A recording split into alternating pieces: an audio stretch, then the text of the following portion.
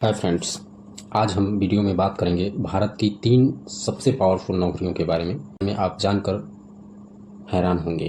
भारतीय संविधान के भाग संख्या 14 के आर्टिकल 308 से 323 के अनुसार जो भारत की पावरफुल नौकरी और इस वीडियो में आज हम चर्चा करेंगे और ख़ासकर उन नौकरियों की बात करेंगे जो भारत की सबसे बेहतरीन नौकरी है। आर्टिकल 11 से 12 और 15 के बारे में बात करेंगे। बात करते हैं आर्टिकल 311 में जो संरक्षण दिया गया है। इस संरक्षण संघ और राज्य सरकार की जो संरक्षण की सुविधा दिया गया है के बारे में एक 311 में दिया गया है। अब हम बात करते हैं आर्टिकल 12 में क्या अधिकार दिया गया है। दोस्तों, आर्टिकल 12 में क्या कहता है आइए जानते हैं। आर्टिकल 12 में जानने से पहले 3 नौकरियों को जानना जरूरी है। पहली नौकरी है जो अखिल भारतीय सेवा से, जिसे हम अंग्रेजी में ऑल इंडिया सर्विस के नाम से जानते हैं, हम AIS के नाम से भी जानते हैं। दूसरा है केंद्रीय सेवा, जिसे हम सेंट्रल सर्विस के नाम से जानते हैं। और तीसरा है राज्य सेवा, स्टेट सर्विस के नाम से जानते हैं। इन तीनों नौकरियों के बारे में अच्छी तरह से हम जानेंगे और इस वीडियो में ये जानेंगे कि कौन सी नौकरी सबसे ज़्यादा पावरफुल है। इन तीनों नौकरियों में अंतर जान लेते हैं। इससे पहले दोस्तों, आप मेरे चैनल पर पहली बार आए हैं तो प्लीज़ मेरे चैनल को सब्सक्राइब करके बेल आइकन को प्रेस कर लीजिए ताकि आने वाली हर नोटिफिकेशन वीडियो आपको सबसे पहले पहुँचे। तो वीडियो को ज़रूर शेयर करें ताकि आपके दोस्तों को भी ये वीडियो जा सके। आइए जानते हैं इन 3 नौकरी में अंतर क्या है।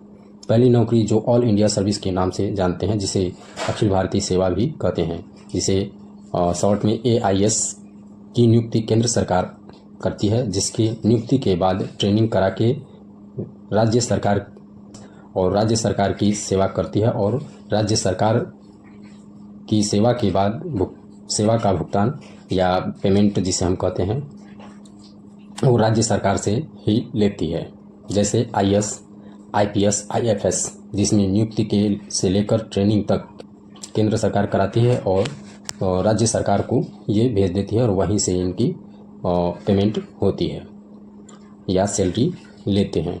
और ये नौकरी भारत की सबसे पावरफुल नौकरी होती है। इस नौकरी में राज्य सरकार सस्पेंड कर सकती है पर हमेशा के लिए बर्खास्त नहीं कर सकती है। इसलिए अखिल भारतीय सेवा की नौकरी सबसे पावरफुल मानी जाती है। आपका जब भी विचार करें कोई नौकरी प्राप्त करने की तो आप IS की तैयारी पूरी लगन से करें। दोस्तों, जैसा कि हमने पहले आपको बताया कि IS, IPS और IFS होते हैं, इसे कंट्रोल कौन कर सकता है आइए जानते हैं इस वीडियो में। IS को कंट्रोल करती है कार्मिक मंत्रालय देखती है, IPS को गृह मंत्रालय और इसी प्रकार IFS को जो पर्यावरण एवं वन मंत्रालय कंट्रोल करती है। आइए जान लेते हैं इसकी ट्रेनिंग कहाँ कहाँ की जाती है। दोस्तों, IS की ट्रेनिंग मसूरी में, IPS की ट्रेनिंग हैदराबाद में और इसी प्रकार IFS की ट्रेनिंग देहरादून में कराई जाती है। आइए बात कर लेते हैं केंद्रीय सेवा की। इस सर्विस में केंद्र सरकार नियुक्त करती है और केंद्र सरकार इसे अपने पास ही रख लेती है। ये होता है केंद्रीय सेवा। जैसे रेलवे की नौकरी, रेलवे की वैकेंसी केंद्र सरकार करती है और केंद्र सरकार ट्रेनिंग लेती है और अपने पास ही केंद्र में ही इसे रख लेती है। इस नौकरी में राज्य सरकार का किसी कर्मचारी पर कोई अधिकार नहीं होता है। आपको अगर कहीं भेजती है, विदेश जाना होता है या कहीं और, तो आप केंद्र सरकार के ही निर्देश पर ही जाते हैं। तीसरा है जो लास्ट है इस वीडियो में, नौकरी का अधिकार और पावर। राज्य सेवा की बात करें तो राज्य सरकार ही नियुक्त करती है और राज्य सरकार ही सैलरी देती है और अगर राज्य सरकार चाहे तो आपको टर्मिनेट भी कर सकती है। जैसे SI या दरोगा की नियुक्ति राज्य सरकार करती है, राज्य सरकार ट्रेनिंग देती है और राज्य सरकार सैलरी भी प्रोवाइड करती है।